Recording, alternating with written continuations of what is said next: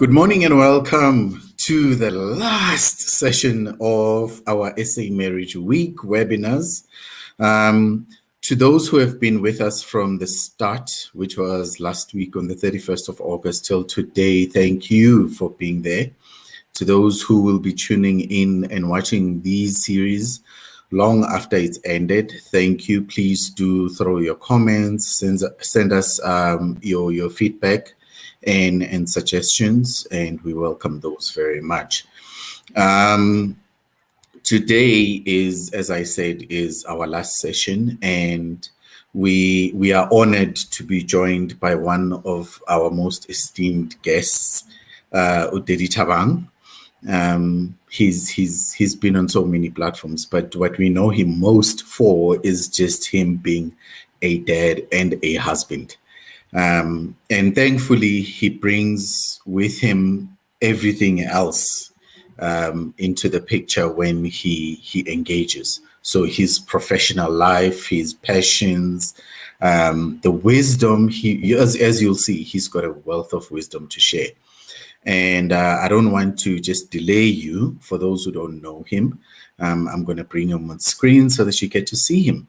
And thereafter, I'll introduce today's topic. Udedi Tabang, welcome. Thank you very much. How are you? I'm very well, Udedi. What they say, when life throws you lemons, make lemonade. But there's also other things that you can do with it. And here we are. Yeah. I like your collection of books in the back. It's a lot of them. Have you read all of them? No, not all of them. Not all of them. Many of them I've read. It's actually one of my favorite things to do, So I look forward to ripping them up. Yeah. I think I feel a bit more comfortable knowing that I'm not alone.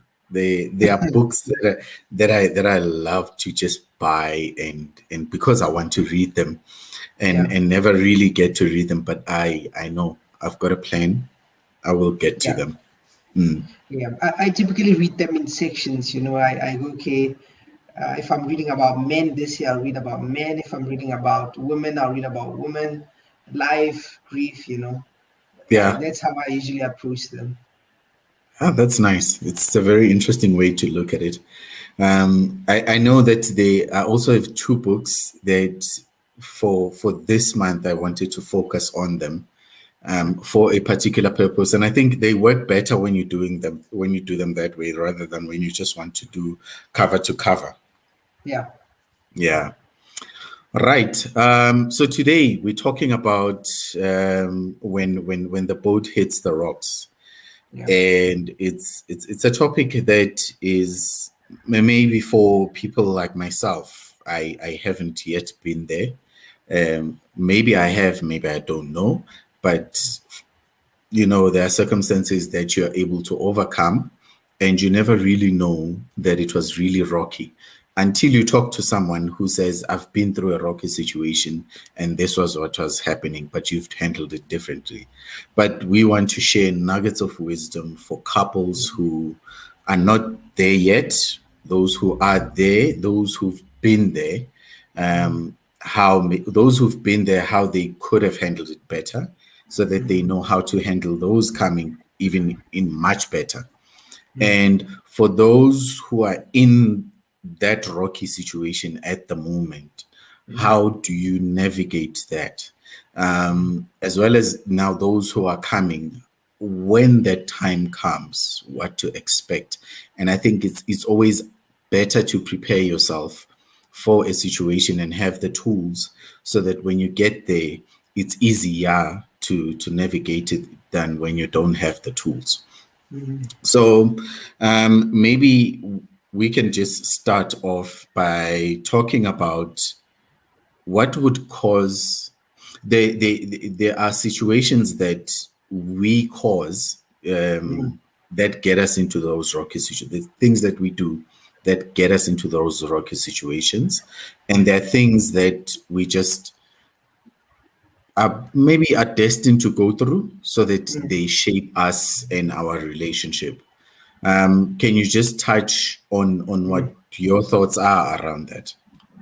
No, thank you very much. Thank you for the opportunity. I think that's some of the things that we forget, but one, when we are in life is something that involves different seasons. So it does happen that as we are living our lives together, as couples relating, that there are some things that can come our way that we didn't choose. For example, your partner can lose their job.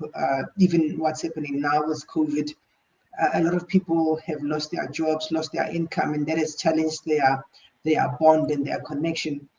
One's partner can be ill.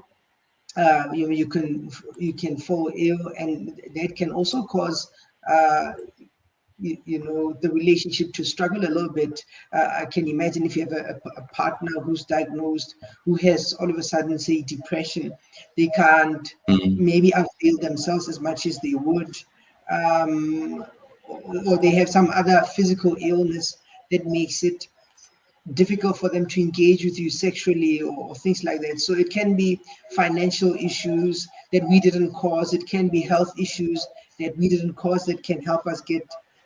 We find ourselves hitting the rocks.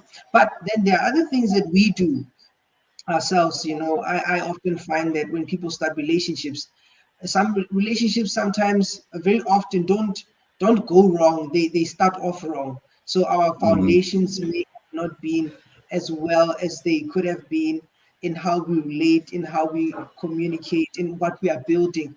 We don't necessarily have the same vision. So start this thing and we find out in the future that, hey, hang on, you have a different view or different expectations, and then we clash. So we hit the rocks because we didn't have the same vision at the beginning. Sometimes it's because we started well off, but we got distracted along the way. Yeah. We changed, we met other people gained our attention, and so you get a child can die, so you get a myriad of things that can happen to people, things that we cause on our own, and things that just life throws to you, and those things can cause people to find themselves in very sticky and difficult situations. But the main thing for me is that in life, human beings are built for many seasons. We do have seasons where we are joyful, but in life, the seasons where things are challenging do come along, and we need to be prepared for both, when things do go well and when things don't go so well. Yeah, yeah. I think you've touched on a lot of things, and I think we'll be able to unpack them as we go along. Maybe then, I think you've touched on something that's very important, which has also been a thread throughout these webinars. That most marriages don't end wrong, but they start wrong. That we need to go way back, in terms of the foundations. But what I'd like to just now come back and focus on, is the fact that I'm married. I find myself comfortable in my marriage, and I'm cruising. I'm no longer intentional about anything. I come home, I do whatever it is that I need to do, or I do whatever it is that I want to do. Um, and then I don't participate in anything. I'm just there doing whatever I want. And before I know it, my wife has somebody else who's drawn her attention, and there she is now, no longer even in the home, no longer interested in me, and no longer doing things that she used to do around the home. And then we start to fight. If I find myself in that situation, oftentimes, especially as men, we tend to say, "But why aren't you doing this?" We used to have sex 3 times, 4 times a week, but now it hardly ever happens. We can go a month or two without it. Yeah, where now I'm gonna go outside. Can you just help us break down, especially the intimacy within the marriage, the sex in the marriage, when we've drawn apart? How do we get back? Mm. No, good question. I think one of the things that we miss as couples, or is this idea of we forget that we get domesticated. So I mean, if you were married 10 years ago, 12 years ago, 15 years ago, you're a different person than you were 15 years ago. When you started out, you were probably young, you had a lot of energy to do a lot of things. And you know, you had your excitement, you get married, but then things come along the way. You are building a house, you have children, you build a career, and that the process of domestication changes you. You become a different person. So it's not true that the person you are today are not necessarily, you're not necessarily the same person you were yesterday, right? And so the person you are today, you're not necessarily the same person as you were yesterday. So we have to factor those in. This also then includes the intimacy. In that intimacy, um, because men and women generally approach it differently. For us men, it could be about, I suppose, you know, we want the sex, and intimacy is a broad thing. It does incorporate the sex, but also how we connect emotionally, how we relate, and if we have neglected that part of us in the past, and it's going to affect us today. So some people would struggle with the fact that you know, you now, before, when you wanted me, you used to woo me. You took me out, you made an effort, and then I was interested. But now I just know every time you grab me, I know you just want to have sex with me. So you have a lot of couples struggling with that now, you know, I just know it. Every time he comes close to me, I just know that he just wants to have sex with me. And the interesting about intimacy is that there's a novelty part. And so Okay. anything that you do Mm. very often, you you get used to it, right? So for us to keep being intimate, we have to always be new. Our minds work that way. If I gave you your favorite food all the time for a year, at some point you'll say, I've had enough. So you need to change it up a bit. So even when it comes to sex and intimacy and things like that, we have to keep learning about each other. We have to keep growing. We have to keep talking. We have to try new things. We have to communicate, and to not just remain as the same people. So I think that's one of the things we just have to bear in mind, that as couples, that you do change with time, and when things change, you also have to adapt. Otherwise you'll find that you'll get bored. You'll find other people interesting, and also with them you might get bored with time. But with human beings, that's the thing. We need novelty, we need growth, we need to travel, we need to talk, we need to learn. And I think then our intimacy and our connection will be a bit different. Not how we started, and that's how things would always be, because things do change with time, because we change as people. Yeah. You know, you touch on an interesting concept, the concept of novelty, where we now, because we easily cruise in a marriage, especially when we've been married for a while, it's Yeah, easy for us to just do the same thing over and over and yeah, over. Oftentimes, we tend to find ourselves saying, I'm bored, but we've yeah, seldom initiated a deviation or something innovative or something different into anything. yeah, And and I think that that goes for everything else around the marriage, not just intimacy. I mean, I'm thinking you're always going to work, you come back, you come home, mhm, you know the mhm, schedule. It's a routine. You mhm, you you went to work, you came home, straight home, you went through the traffic or not, and mhm, here you are now. You now have to prepare. When you have children, you prepare the children, mhm, they go to sleep, you do whatever. We get into that routine, and mhm. we seldom snap out of it, and we Yeah, get the excitement outside, yeah, either through friends or through other people who become interesting to us, and then we come back and we blame. Yeah, yeah, no, mara wena so ya bora, yeah, you used yeah, to do this, but now you mhm, don't, you stopped, what happened? We are yeah, bora, and that's because and that's why I went out, or that's why Mm, I don't spend time at mm, home. mm. How what do you think is the role of the blame game, you know, when conflict arises? Yeah, and so I think you know when you work with couples and you notice that one of the conversations I like having with couples is how your love does not dependent on your partner, because somehow we've bought this idea that my partner is the one who's supposed to make the relationship interesting, but we bear the responsibility of making the relationship interesting for ourselves. So when you say you love somebody, you're actually you seek for the highest good. You want what's best, you want what is best for them.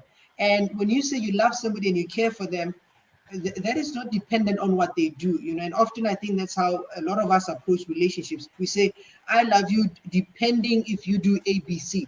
And I think a better approach would be that I'm going to love you despite that, you know, you're supposed to do this and this. I'm not going to wait for you to demonstrate for your love for me to demonstrate how I love you. I think you become the standard. You show what it is that you'd like to have. And so when it comes to then making the relationship interesting, I think you take the responsibility.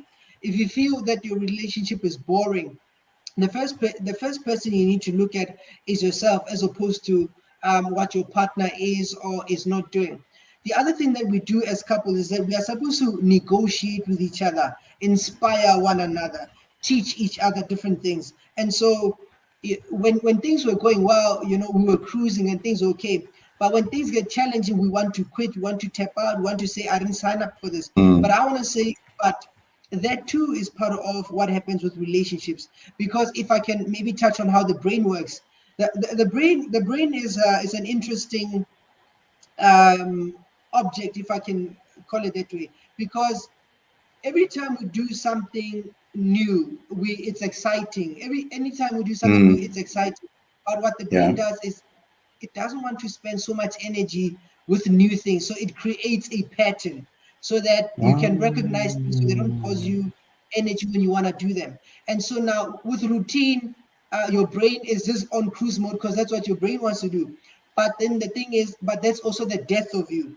The brain is challenged by you try something new, you introduce something new, you learn something new together. And so that is why it's also good for couples to, when you're together, to you know, go for a dance class, go for a certain course together, explore maybe separate hobbies so that you have something different to share with each other. So you can't remain the same person, but it is your responsibility to make your relationship interesting. It's not so much your partner. And if your partner is struggling, you need to inspire them, motivate them, model the behavior, and we help each other in that way. Not to say I'm gonna blame you because this relationship doesn't work, because it's the two of us.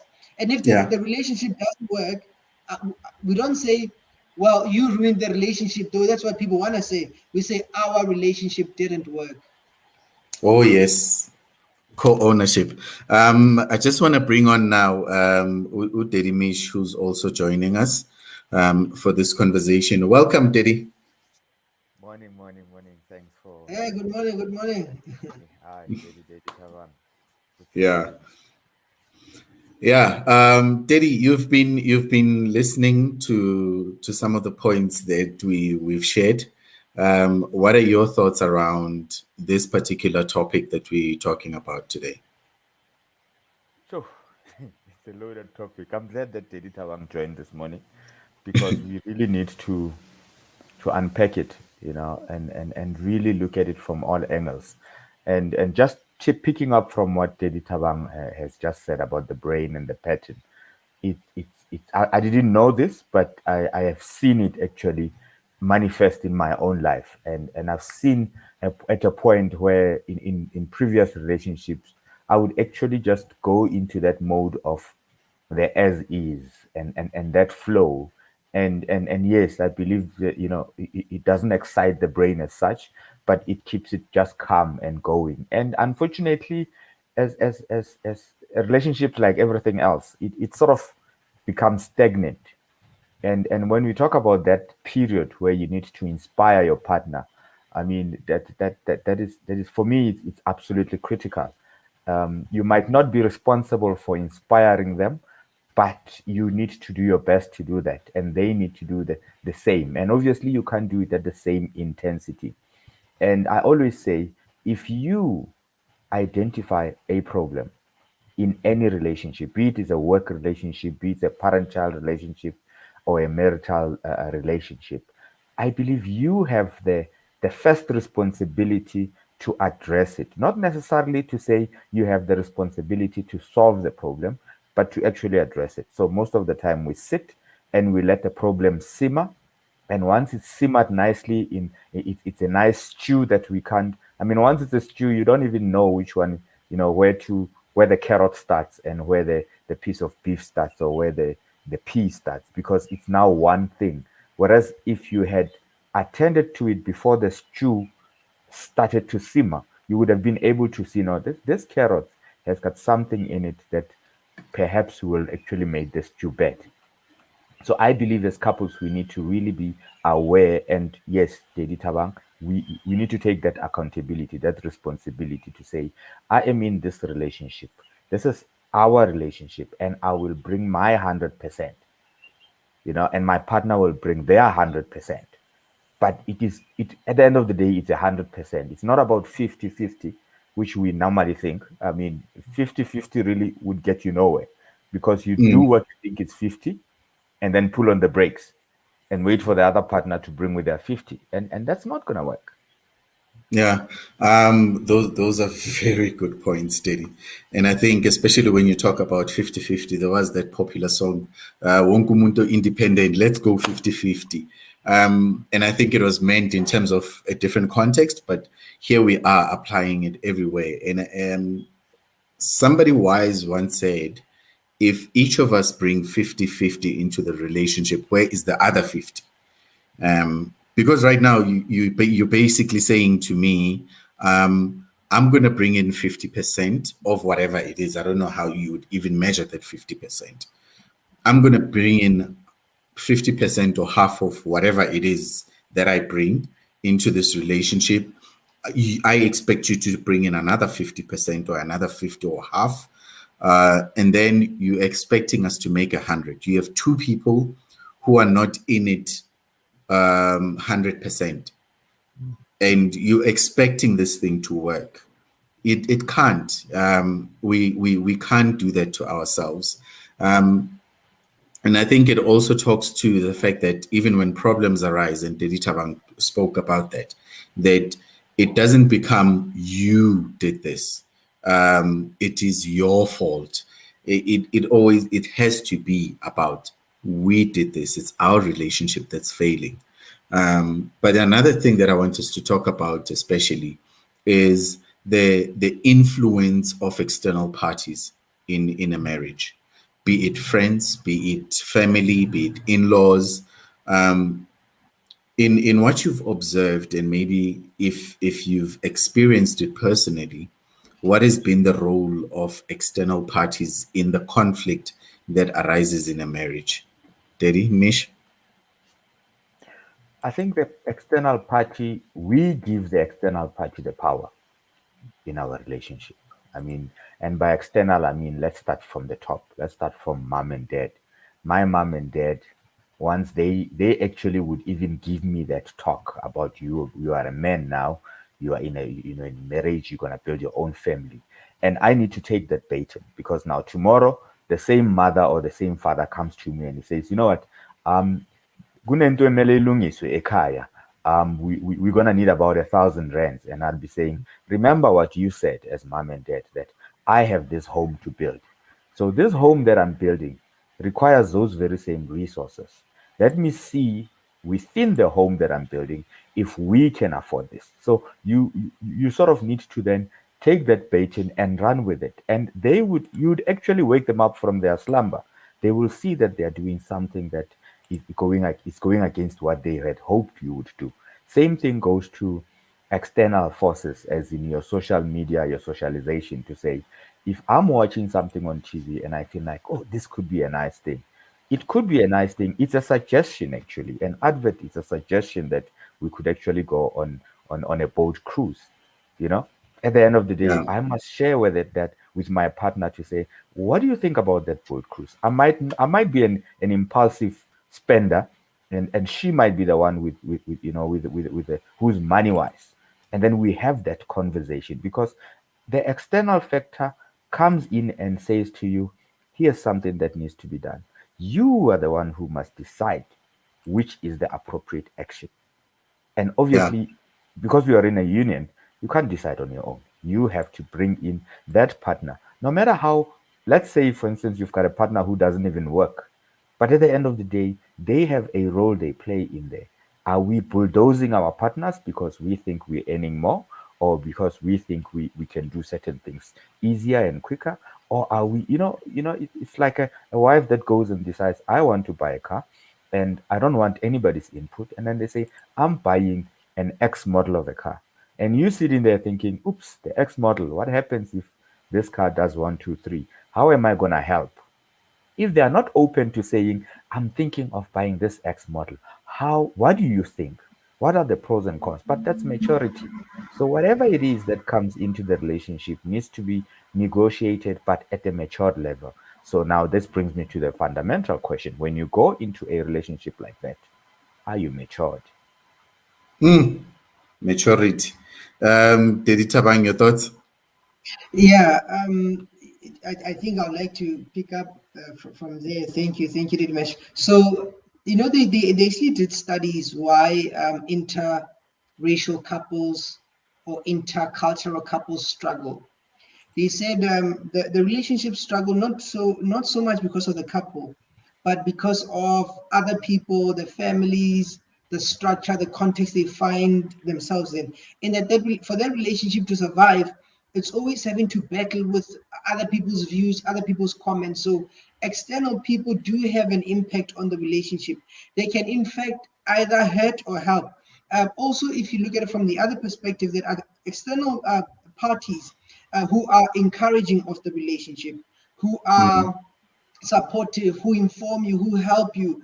I remember when I got married many years ago, there was a granny who said to me, your eyes need to now keep your eyes low, and meaning don't look at other people, and I think strangers who generally who care about your relationship. So the external factors can have both negative and a positive impact on the relationship. The other thing that when external influences become internal. We normally say that there are six people in the marriage bed, meaning that when you and your partner come together, you bring within yourselves things you've seen in your household. This is what my father did. This is what my mother did. Men are like this. Women are like this. And then sometimes, if we haven't reflected enough, we are going to play those things out in our relationship. You find you are talking, but it's actually your mom talking, or you are talking, but it's in fact your father talking. And so we need to be mindful of that. And also how we are parented is another way to look at it. There's a concept they call the devouring mother. A very strong mother who's very overbearing, right? And she raises this boy, her perfect little boy, who is in fact a substitution for the husband. And he grows up, she puts everything in this boy, and then he becomes this man who's successful. And then he begins to start loving someone else. But then it's a problem because she's invested so much in this man, and then she then sabotages the relationship. You get it the other way around, where a father has raised his beautiful little princess, and his princess find another prince, and he's going to have a problem because he's not the king anymore. So we need to watch out for those things. But lastly, for me, when it comes with external factors, we have to think about the many models that the relationship can take. We learn from society, we learn from our parents, we learn from media. But the two people who are going to make the relationship work are the two parties who agree on what is the plan. Because a relationship works because I don't have my way, you don't have your way, but we have our way. So now it is what Daddy Metro is saying now, the maturity.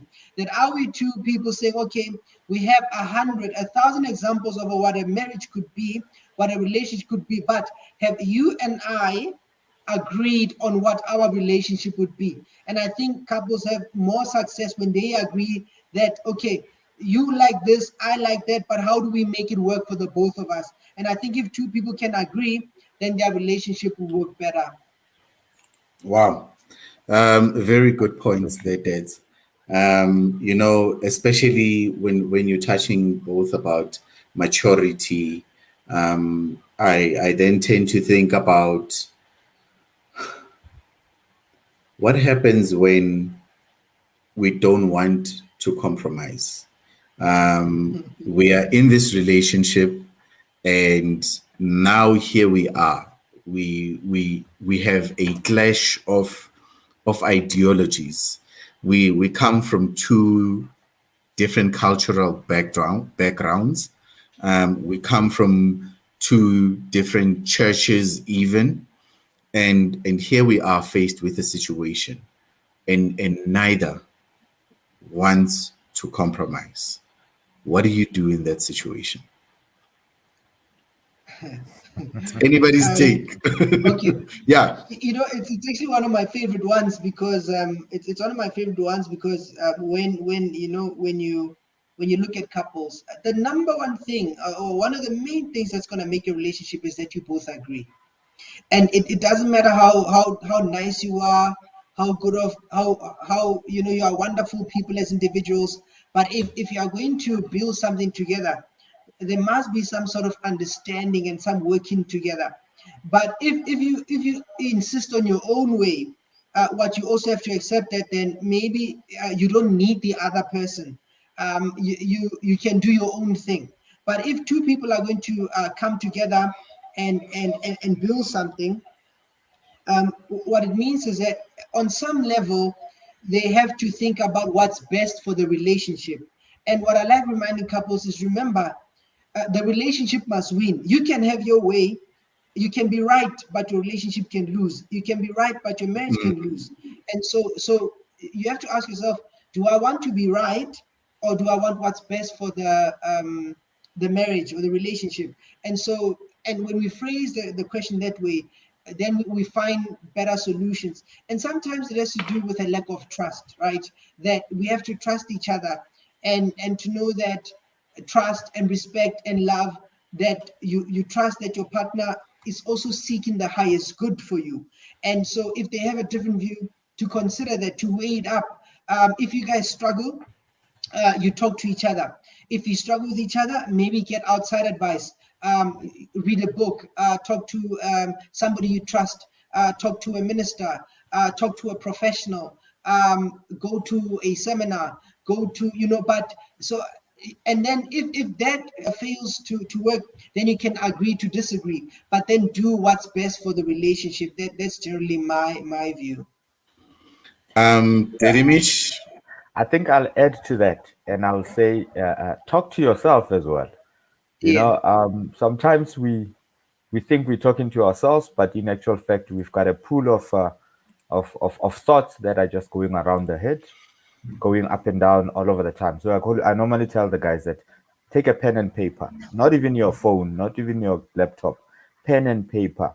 If you actually had a disagreement yesterday or an hour ago and you find your little corner, write down what the disagreement is and analyze it and talk to yourself to say, is it really this that we are disagreeing about? Am I disagreeing perhaps because we are Delela, in my opinion, remember that Dedi Tabang was saying there's six people in the bed because I've brought this much, and I'd like to just rehash on what Dedi Tabang was saying. You don't marry the individual, you marry everything that this individual is bringing. And Yeah. they also are marrying you and your whole experience. They are also marrying your dreams. Whether your dreams are realistic or not, they're still marrying those dreams. So that ties back to the maturity to stand back and have a conversation with yourself to say, this fight that we've just had, it's happened. We all get emotional at that point in time. It could be a little bit of a fight, but when you walk away from that fight, you need to prepare for coming back to the table to talk about it. How do you prepare? You talk to yourself, you read books, you go. I mean, we've got a fancy thing called Google where you can Google any topic and just empower yourself. One thing that I've learned as well is that when we go for counseling, I mean, Dedi Tabang, you would know, people come, and not necessarily because both of them have agreed to come there. It is possible one of them is being dragged there for a certain reason. So you need to then know, okay, I'm saying to my partner that we need to go for counseling. Are you being honest yourself with that? Or are you hoping they'll tell them how to behave? Are you hoping they'll validate your own thoughts? So, that's where I Yeah. would say it. Yes. Yeah, I think you've touched on a very key aspect there at the end. When you drag somebody, when somebody is dragged there, the one who's doing the dragging, are you hoping, that that other person will be called into order? Because oftentimes we like, it's not my fault.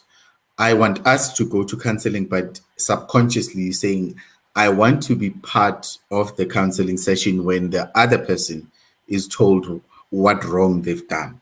Um, and I think we miss that so much. Dedi Tabang, your thoughts before we go to the next point? Yeah, that's you find that when a couple comes in generally, or the experience you visit a couple. Uh, I remember one time I hopped into a car, and then the couple asked me a question, and I knew that by answering this question, one of them is either losing or winning. You get those situations, and we know Yeah. that when couples come and consult us, they have assigned you a role. You are referee, you are judge, or so and so. But I have in my mind that the person, the client for me is the relationship. So I'm gonna focus on the relationship, not you. Or it even goes with where I sit. I joke, I'll pull my chair and I put it in the middle, and I tell them, I say, you see, I don't want any of you feeling like I am choosing sides, but I am loyal to the relationship. So what's happening? So then I go for both of them, and I try to see what is the real thing. And so, but people do that, we want to point fingers, but I think that the more um, helpful thing, effective thing is to actually to say, and if there was a cake of responsibility, what's my part, what's my partner's part, and what is it that we can both do to make this thing work? Yeah. I like that. What is it that we can both do to make things work? And we miss that. There are so many things that we miss. But another one that I want us to touch on, that also relates to that, is when I've been compromising and sacrificing a lot in the marriage, and I'm at a point where I'm not even here, but now Mm. I'm here. I'm like, I'm tired. Angisafuni. I don't want to compromise anymore. I don't want to be the one sacrificing. And there's a thing about us as people that we first become logically invested in a relationship, and then we bring our hearts.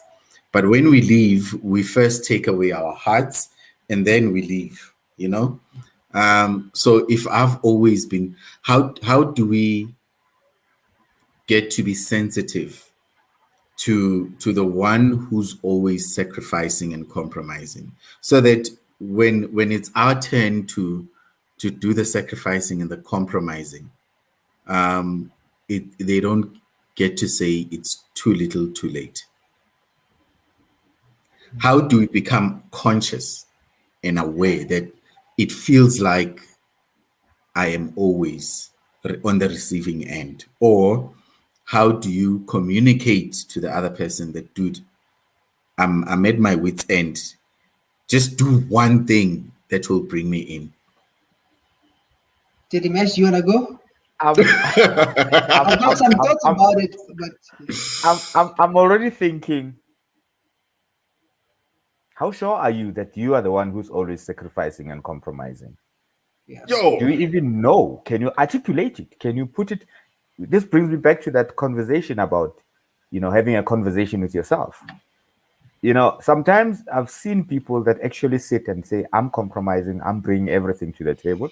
And then, especially the dads, and I sit with them and I say, okay, take me through a day in your life.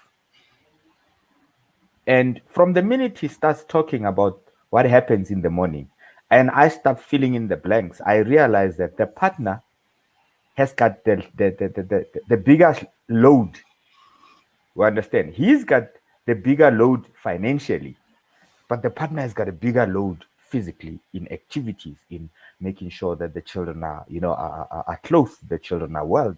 So before you even get on your high horse and say, I'm the one who's always sacrificing and compromising, can you validate that?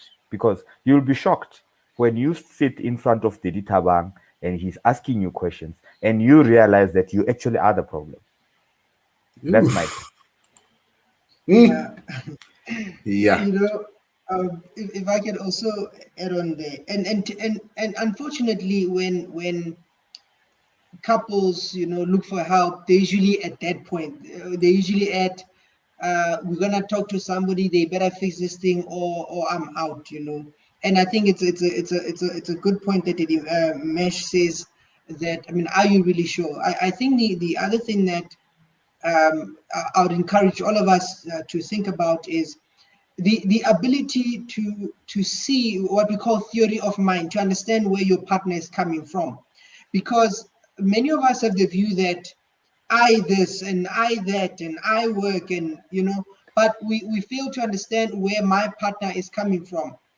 And because we fail to understand where they're coming from, we can't see how much they are affected by, say, our dreams, our goals, how, what we help with, what we don't help with. So to see where our partner is coming from.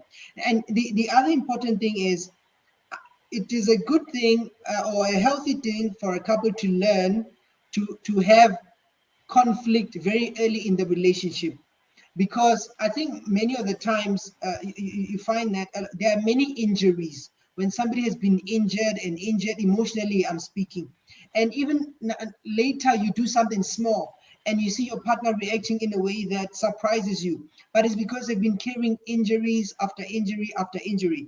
And I say, what's more helpful is to have, you rather have 1,000 little fights that help you find, that help you mold or find each other. Then we don't fight, we keep quiet, we feel hurt, we keep quiet, and the day we speak, then everything is bad. So to have conflict very early, in a respectful way, very early in the relationship, so you can fix things.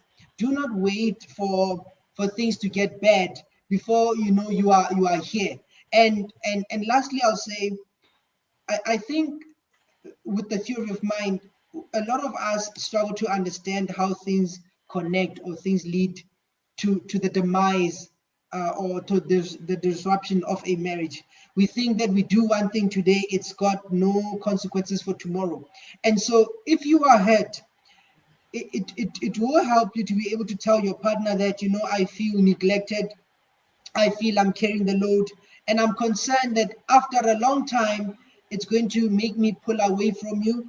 It's going to hurt our marriage. It's going to make me not want to be interested in this relationship. We don't talk like that. We just keep quiet, and we wait for things to fall apart. But begin to have conflict very early. Have your little fights so that you can then mold each other, and then reap the benefits in the long run. Don't wait until you are very tired to address a problem. Mm. Yeah. Um, Yo. did he miss? No, no, no. It takes me back to what you said, Daddy, earlier before I joined, Yeah. about how we actually get into relationships, and I think for me it's that, Daddy Tabak just mentioned the word consequential, and I'm big on this word consequential, because if this relationship that is 10 years old started because on one particular Friday night after the bonus, you were ko Mandla's pub, and she just fell on your lap, and consequentially you went home together, and you had sex, and it was a one night stand, and you woke up, and then a week later she called and she says, hey, that session M90 that we had consequentially has got us pregnant. And you then start listening to the socialization that says, hakekana, bana ba hakekana ba golele ko strateng. Then the first thing you do is, hey, abazali, and then consequentially they say, as per the culture of the family, you have to marry this woman. Then now you are here 10 years later, you are fighting about something that actually is, as Dedi Tabang is saying, it's one of the fights that you should have had when you started the whole relationship. But now you've gone through so many consequences that you don't even know yourself. You don't even know what you want. You haven't even spoken to yourself. Thank you. Whoa, consequentially. And I think we underestimate consequentiality in relationships. But I'm also worried about the thousand little fights, Dedi Tabang, Yeah. that there are people whose hearts are like stone, and their memories are very good. They're almost like they copy everything that you say and do. And as you start out the relationship or the marriage, when the fights come, because there's no maturity at that stage, you say the first thing that comes to mind because you are having those thousand little fights. And you say, yeah, where now it's because go here no so. Yeah, where now this, and then we go 5 years down the line, somebody is angry again. Plus, where now this is what you think of me. Yeah. But when did I say that? No, you remember that day, the first year of our marriage, you were wearing a white t-shirt, you were wearing khaki shorts and flip-flops, and we were standing by the tree next to the car wash, go gai gai. It was a Sunday, and it was 4:15 in the afternoon, and you said, right? Yeah. How do you enter into those thousand little fights and Yeah. not have those incidences being brought up much later? How do Yeah. you have those conversations that resolve the consequentiality prior to the relationship started, so that Yeah. you are on a smooth path? Yeah. The principle for me is it's not done until it's resolved in your partner's heart. If I can use, for example, cheating, infidelity as an example. Somebody went outside, they found somebody, and then your partner gets your phone, they find whatever it is, so you're out now, you're caught, you've been cheating and things like that. But then you decide to resolve the relationship. What really happens is that one of them will say, let's not talk about what happened. It happened, let's move forward. You said you forgive me, let's work on this. And I usually help them with understanding actually what's going on. If your partner feels injured, it's very difficult to move on from that situation until the issue is resolved in their hearts. So if there were fights you were supposed to have but you didn't have, I'd recommend that you'd have to maybe attend to the burning issues that your partner has, and you want to attend to them in such a way that the issue is resolved. You talk about it until your partner says, I think you've heard me, I think we can move on. And so then we have to have a mature way of having our conflict. I think I wish that one of the things we learn before we marry each other or even date is how to have a good discussion, a respectable, though honest and frank conversation without judging one another, and the maturity to handle the truth. So if you want the truth, can you take it? And I think a lot of us struggle there. We're not taught, trained, mature enough to handle very mature conversations. But it's not resolved until your partner is willing to relinquish the injury they feel that you did. Because if you move on and your partner hasn't moved on, you're always going to go into a circle. So my suggestion is, if there were fights you were supposed to fight, find the burning ones and deal with them gently, pace them out, take your time. But you'll have a better relationship when your partner gets to a point where they say, I believe that you've heard me, and then we can focus on something else. Yeah. Did he, Mish? No, absolutely. I'm in support of that. It's I normally say, you need to one respect the journey that the other person is going through. It's like when a partner comes to you with an idea. I'm thinking of opening a hair salon, and you sitting there, you thinking, remember that six people that are in the bed. You're now thinking about the hair salon that your ex-girlfriend had opened, and you sponsored and nothing came out of it. And your immediate response is no, a disrespectful no. So you need to be in the conversation, and you need to be in a position to can say, okay, let me hear her out. Where does she come from with this? Ask the right question respectfully to a point where you can actually get her to see how this is not going to work, or how this might not work. So I believe that's very important. Even myself, if I feel something I've been wronged, it is me who needs to be satisfied by the outcome, not you, the wrongdoer. It is me. I'm the one who's bringing this issue forward. So you need to hear me. But half the time we are absent in these conversations, and that's why we fail. So yeah. As they say, it's easier said than done. And because now I'm thinking, what happens when it's one thing to be in a fight with person and it's the two of you in the argument, and then everybody else starts coming in and I say, we're not on a limma, you know um and comments like those start coming in. Yeah, you're just like your mother. Very when are you useless like your dad? Yeah, go ahead, run away. I need to vele your father ran away. All of those things. Yeah, vele luna go hey no, you are all useless. Start bringing all these people who have no relevance in the argument, and they are being brought in. Um, how do we tackle that? I mean, how can you ever get over the fact that this is how this person see you? Because it's a reflection of how they see you and the rest of your family. Did it see? Yeah. There are two things, right? I think the one thing is to, and this is just a general principle about human beings. There are things you'll do to people that they'll never forgive you for. Like, and I think everybody should know this, that human beings, it takes a very special person that you can offend them and they'll be able to come back from it. There are some things if you say, like, that's why le papa hwa ipolaile.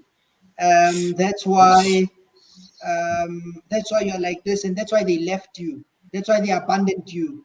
That's why there are things that people, if you say to people, they will not let go of that thing. So you have to be very careful what you tell a human being, and you can say, as I've said, they will, forgive you, but forgive in the sense that, but that wound will remain. So that's the first thing for me, is that to be to be mindful that a human being is a very fickle creature that will hold on to a grudge until their grave. So be careful what you say to a person.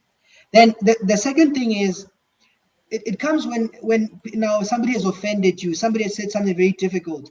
I think is to understand them in the first point as well, to know that a human being is not a human being is not an angel, and a human being becomes, right. And so if somebody, when you were younger, or when they didn't understand something, said something to you, you have to also have the wisdom to look over an offense, to say that, this person at that time, maybe they didn't understand this thing about me, and they said that, we talked about it, but I can generally tell that this person is remorseful, and therefore, because I'm a person too, I make mistakes too, I've hurt people too, I'm not going to hold this thing against the person. And so we have to be forgiving, willing to work with people who want to change, who are willing to understand. So one, people don't forget, but two, also remember that people are not perfect. And if somebody has offended you and they're making a genuine effort to restore, help them, because you too one day we'll say something, we'll do something, and you're going to need some other people to melt their heart and to be kind to you. Daddy? Now it's perfectly put. Perfectly put. I think it's something that even I cannot say I have sort of learned that and I have mastered that. I mean, I've always used the approach of, especially with friends and acquaintances, people I don't have any real connection with, that are not family members. I just simply walk away from that relationship because I feel they've offended me, and that's it. Good riddance.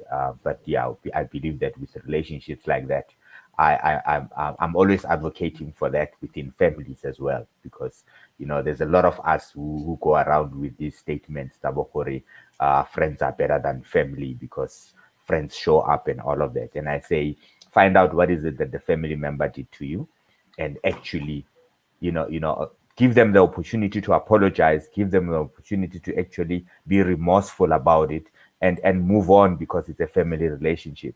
Because I always tell to the guys that you can come to your friend with a simple problem of 100 rands loan, of a stay over overnight, but you can't come to your friend when you are sick, you've got you've got a amputated leg, and you want to stay at their house for a month. Family has got sort of that responsibility, whereas friends don't have. So let's have the conversations that would actually be honest, as they is saying, whereby we can forgive each other and really realize that some people are, this thing of bullying. I was bullied when I was in sub B. I mean, that's my age, in sub B. I don't want to see that guy. Even to this day, I'm like, and we meet, Kodi Biring, and I'm like, he sits in his corner, I sit in my corner.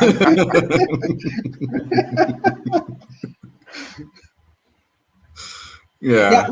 we do have that capacity, and it's amazing how we can hold on to things, and I think this thing shouldn't be underestimated, because somebody can do something, say something when you're in sub B, and as a man with you've done so much, and the person probably forgot, and when you try to remind them, they don't even remember what they said, and that's a fickle nature of human Yeah. beings. Yeah. And then lastly, all of this reminds me of this thing. It's sometimes there's power in the words, either the words we use or the words we know, and the words we say to each other. When somebody says either they can either say, I'm offended, or you offended me, or I take offense. At the end of the day, we take offense when something is said. How do we prevent ourselves from taking offense? But and this is the toughest thing. How do you not take offense when this is someone that you share a bed with? You share so much with them, and then they say something that is offensive. How do you not take offense? Well, I don't know if you won't take offense. I think it was the I think it was Yalom who said, the last the last freedom is the ability to choose how you respond. So I do think that in life you'll get people they'll offer to offend you, and it may offend you, so it might be you might feel a certain emotion, but an emotion matures into a feeling when you add thoughts to it. Then you want to reflect on what the person has done, and I always recommend you talk to the person that you've now said this. It makes me feel a particular way, and I just want to understand. I just want to let you know how it's making me feel, and maybe next time don't say that or don't do this. And judging by how they respond, then you can do something about it. If the person is understanding and they are willing to refrain from what they said, or apologize, or find a better way of saying it, I think you can work with that person. But if you feel that I've now let you know how this makes me feel, and you still insist on doing what you're doing or saying what you're saying, I think that's where you draw a boundary. That I'm going to draw a line here in terms of what you are doing to me, because this is not healthy for me and it's not going to work for us. So, but we decide how we respond. Talk to the person. If they are willing to work with you, work with them. But if they are not willing to work with you, they want to continue offending you, then choose a different path, I would say. Thanks. Last words, Dirimish? Yeah, it's a journey. Life is a journey, and we go through it. Sometimes we're not conscious of the things the pain that we experience, the hurt that other words from people actually come into to build something in us. We just need to make sure that we are honest with ourselves, talk to ourselves, attend seminars. I mean, we've just gone through a series of marriage week.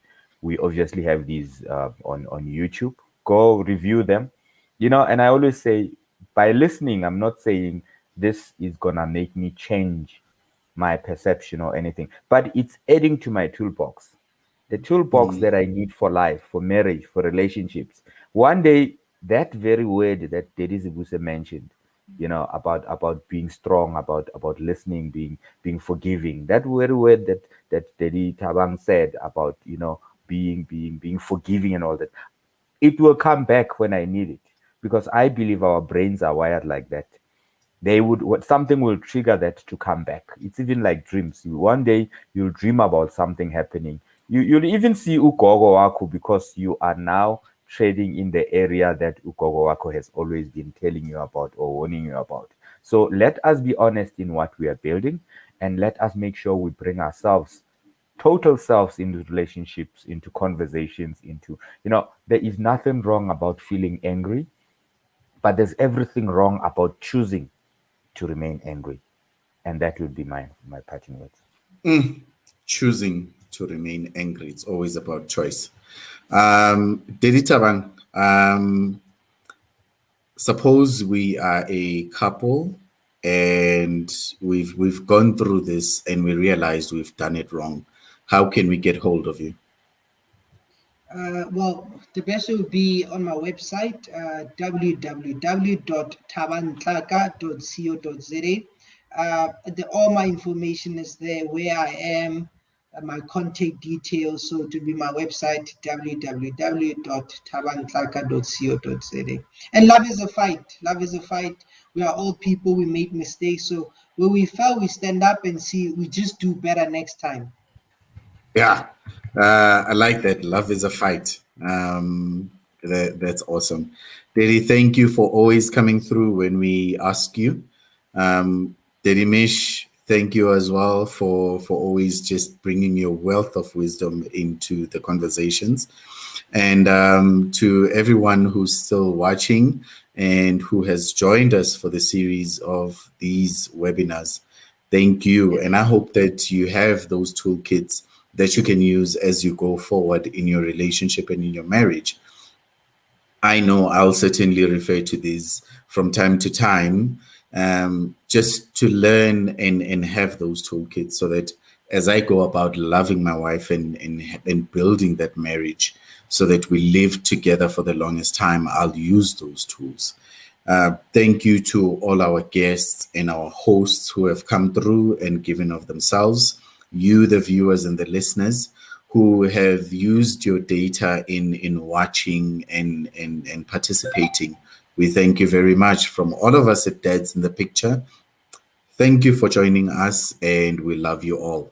Have a blessed marriage. Have a great relationship that builds up to a long-lasting marriage. We love you. Goodbye.